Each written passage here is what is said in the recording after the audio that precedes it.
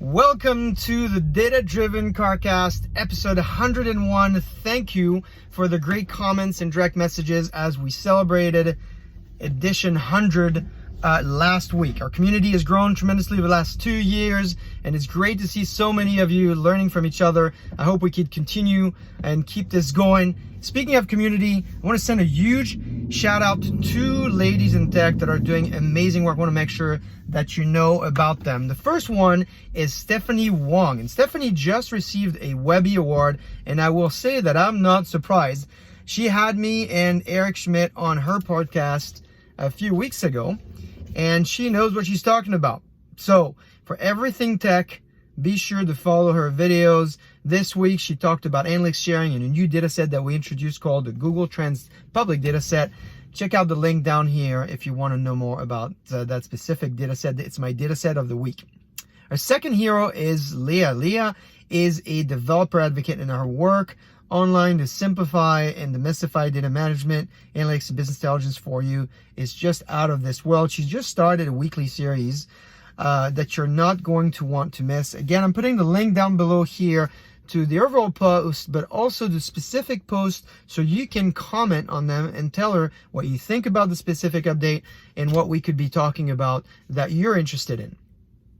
Also, if you are in the data world and you're looking for a job, you should check out the links that I'm putting down here on teams at Walmart and Allianz Australia, 2 great companies that are innovating in the space, and they are hiring right now.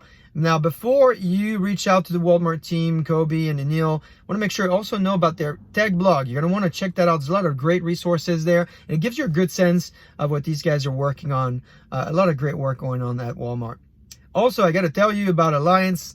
I got to give them a huge shout out for the creative video from Andrew Fuller, who's hiring for the job, and he's explaining the specifics of what a customer insights analyst does at Allianz. Super clever video, engaging and informative.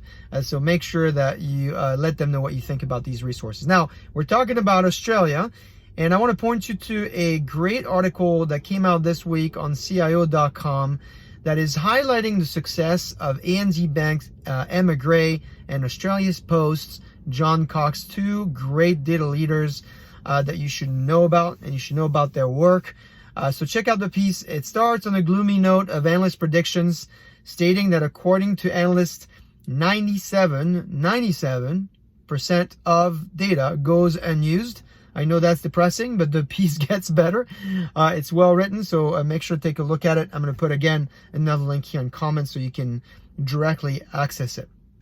And then finally, another shout out to Joel from Petepaola. This is an amazing startup that's experienced incredible growth. I think they've doubled every year since they started the company in 2014.